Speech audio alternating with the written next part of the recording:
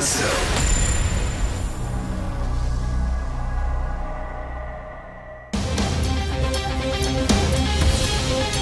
Well, it turns out storms undetected can lead to disasters.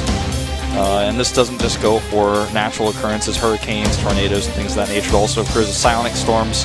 Sky High got blindsided, drops 0-2 down to Code B. We're going to our final Zerg vs. Protoss from Life and ParalyzE aside, our second Code S player. Could we see another Protoss? Because our next group even has 3 Protosses in it, so we're going to have one more Protoss beyond this today advancing, no matter what. And ParalyzE is going to be really happy about his starting map here. Finally, he's playing Daedalus Point against the Zerg player. He's going to be so excited about that. Life is like, well, I don't want to play Daedalus Point. He's like, I don't think it's good for Zerg. Watch Life like 6 pull on Daedalus Point. He's like, nah. I got a message earlier that Life was actually complaining on Twitter a lot about the map, and I cannot see how or why. So I didn't catch up on that, but I heard that Life said that he thought it was not, that it was way too strong for Zerg, but that still isn't a reason why you would not pick it. Yeah. I mean, I don't care how much pride you have on the line. If you have a map that's like a free one, you're always going to take it. Your career is on the line. You want to get into Code S, like... The thing is, like, what we see right now is, like, this map already being highly in favor of Zerg, and ParalyzE has to play it as a starting map. Life prefers Frost over Daedalus Point. So this is going to be very tough for ParalyzE right now. Last best of 3 of this group at the GSL Code A. Alon Wolf is ParalyzE versus Life.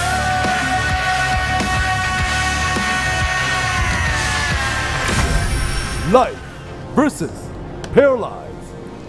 Starting to the top left of Daedalus Point, we have the starter player. It is Life, who was faced against his opponent, the Protoss player for SKT1 already earlier today in the first best of 3 that he played, and he was able to win that series with a 2-1.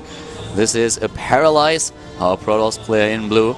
That hair has got to be natural. Look at it closely. ParalyzE is actually going to do the unthinkable. He's trying to wall. He's trying to forge fast expand on this map.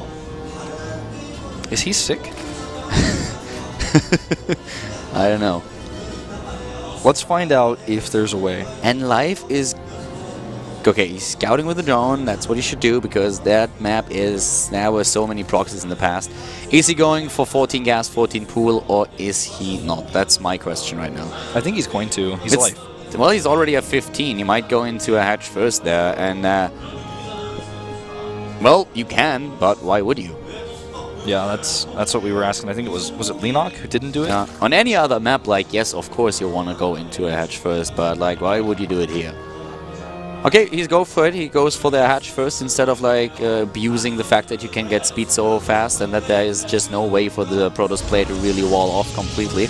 So let's see how exactly ParalyzE is going to do that. ParalyzE actually going into a Nexus first of all things, and yeah, I am not quite sure what to say, because usually gas first, gas pool on this map is pretty common, and with gas first and that, this space would be in a lot of trouble. I think with this wall, with the pylon, he's going to try to connect the forge to the Nexus with a second pylon and make that kind of wall. I mean, he's definitely not going to be able to wall the top of the ramp. That's just not happening. But another thing about this map for Protoss is, like, even if you get... Oh my god, he's actually... Anyways, he's going to try to wall this, but it's going to take a lot. If you... And he's already seen... He does this after he sees the hatch first, so he knows there's no Zerglings running towards him. On this map, if you want to take a third base, the third is relatively easy to take for Protoss because it's right there at the bottom of the natural. But if you want to take fourth base, that's like... That's out there, man. That's like, whoa, you're going way far away. That's going to get Ling run by somebody like Life all the time. He's just not going to let you sleep. Well, he's starting to wall here at the front, but, I mean, we talked about this map so much. There is just this massive wall, and Life is going into a fast speed, of course. Not as fast as we thought, but after the hatch first, he's going into speed regardless, and let's see how he's going to work with that, because right now, he's getting his Zerglings already. He can try to just run past, try to get in before there is a complete wall. He's getting 8 Zerglings already. His speed is on the way. He's getting double Queen too. And, well, let's see if that wall is going to be completed. I guess it probably will, from the way that ParalyzE is currently executing this.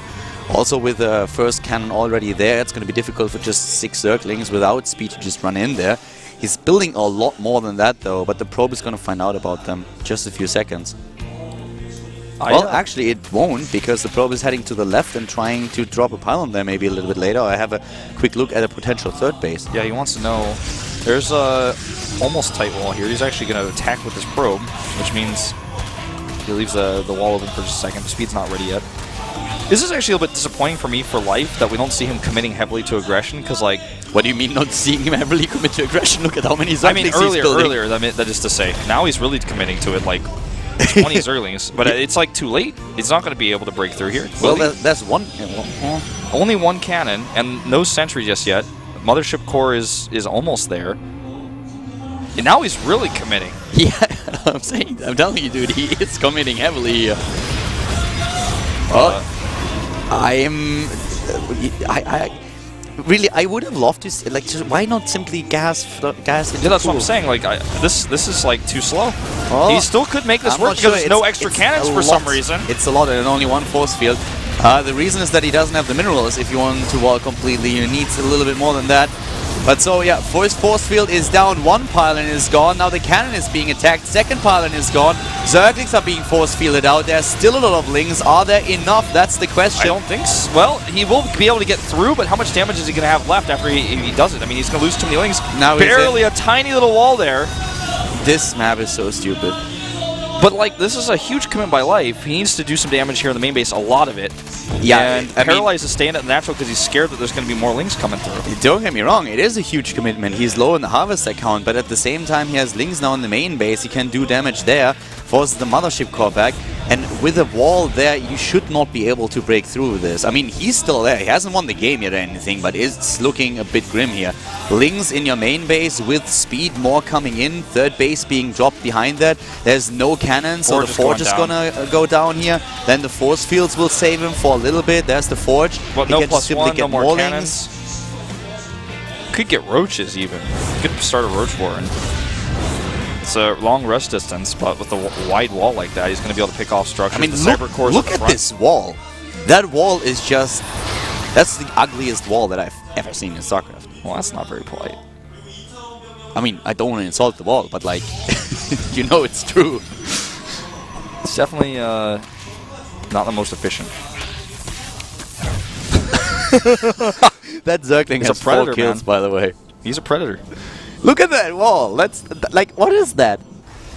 He's making a lot of sentries, which is really hurting his gas bank for him teching. He has to kill one of his own pylons. This wall is like, I don't know what it looks like, but it's like, I don't know. It looks like a disaster. I know it's not very nice of me to say, but it's Daedalus, man. It's Daedalus. We figured this out as the father of Icarus, right? Yeah. Yeah. The labyrinth maker, which is funny enough as it is with the ParalyzE making somewhat of a labyrinth here with his wall. And I mean, there's no tech for ParalyzE. There's nothing to speak of. Life goes into layer tech. ParalyzE doesn't have a follow-up, and how could he? Because he was investing into this abomination of a wall and all those extra pylons at the front and gateways and trying to make that somehow work. Then he had to restart his forge because his first one was sniped. He doesn't have a +1 attack upgrade. He's desperately trying to get a third base. Immediately the Zerglings are there trying to force a cancel, or at least to bait a few force fields out there. The third base for the Zerg player is ready. He's just gonna go Ling Roach and move in again. Yep. Has his lair tech up, goes for the speed upgrade there. I think Roach attack is smart. He can just ignore the third base too if he wants and attack at the ramp. It's going to take a numerous amount of force fields to trap the roaches.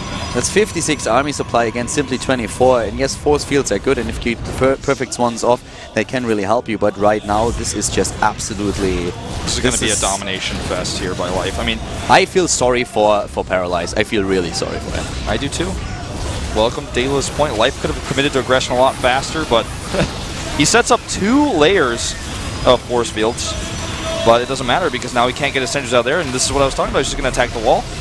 Just going to walk in here, and he's going to say thank you very much, Blizzard. And, I mean, this is... There's somewhere in Irvine, the map maker for this is sitting there going, what have I created? Life plays a sick aggression here. Tight, tough to wall. And you know what? He's going to hold, but it's not going to matter because he's got nothing to fall back onto.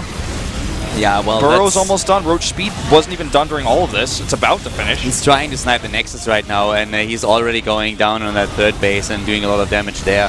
Harvest account, losing the natural. The Cannon actually will survive for a little bit longer, but with the Roaches coming over, he will be able to clean that up. Goodbye, Cannon. Roach Speed means he can run away. And yeah, he's got 30 workers killed against 0. He's got only 48 workers, but against 36 and against a third base that can't really be mined from because it's being attacked.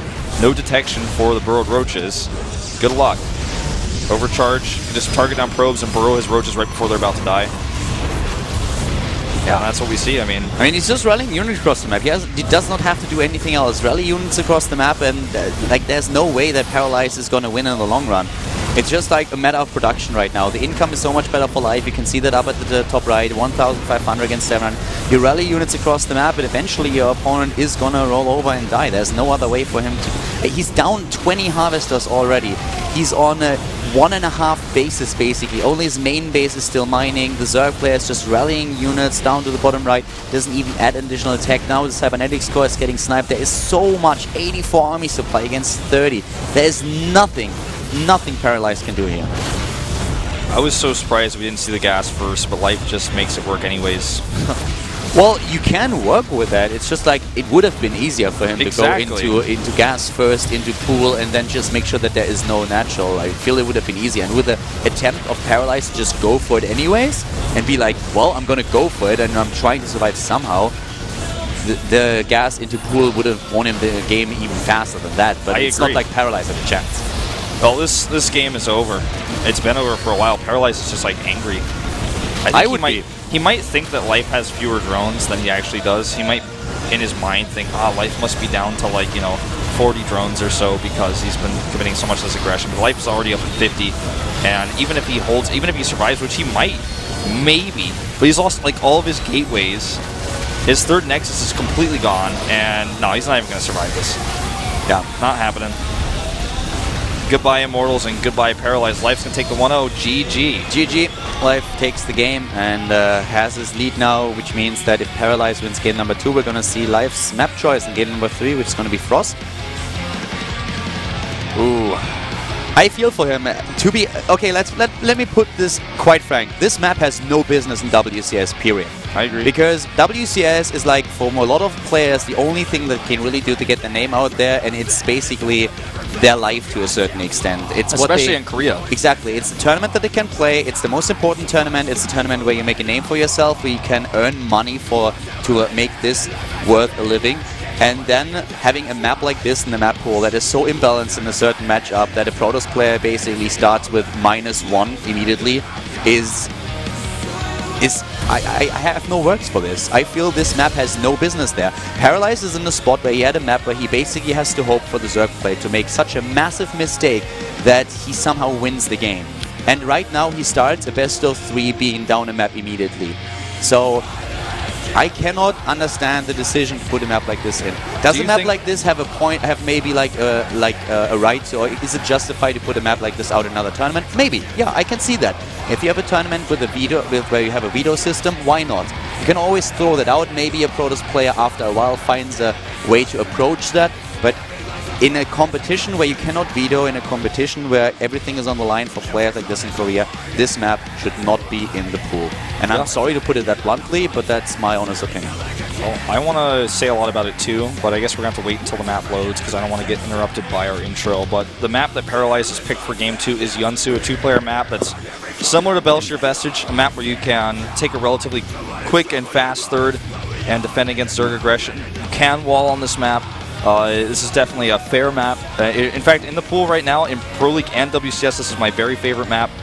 And let's jump into it. Life versus ParalyzE. Game number 2. Can Life take the 2-0? Will ParalyzE tie it up 1-1 here at the GSL Code S?